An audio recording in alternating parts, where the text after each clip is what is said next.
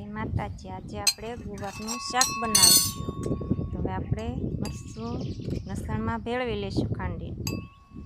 હવે આપણે એમાં એક બાજુ તેલ ગરમ થવા મૂકી દઈશું ચૂલે। હવે આપણે અડધી વાટકી તેલ લીધું છે। હવે આપણે તેલ ગરમ થાય ત્યાં સુધીમાં આપણે મસાલા તૈયાર કરી લઈએ। હિંગ, ધાણા જીરું 2 ચમચી, हळदर 1 चमची, जरूर पड़े एटलू मीठू। हवे आपणे पाणी में बधु मिक्स कर लेशुं। हवे आपणुं तेल गरम थई गयुं छे तो हवे आपणे एमां जीरुं लई लेशुं। जीरुं फूटी जाय एटले आपणे आ ग्रेवी तैयार करी छे एमां लई लेशुं। ए बधो मसाला आपणे पाकी जाय एटले आपणे कच्ची करेलो गुवार छे एमां लई लेशुं। आ बधुं मिक्स कर नाखीए। मिक्स करीने आपणे एमां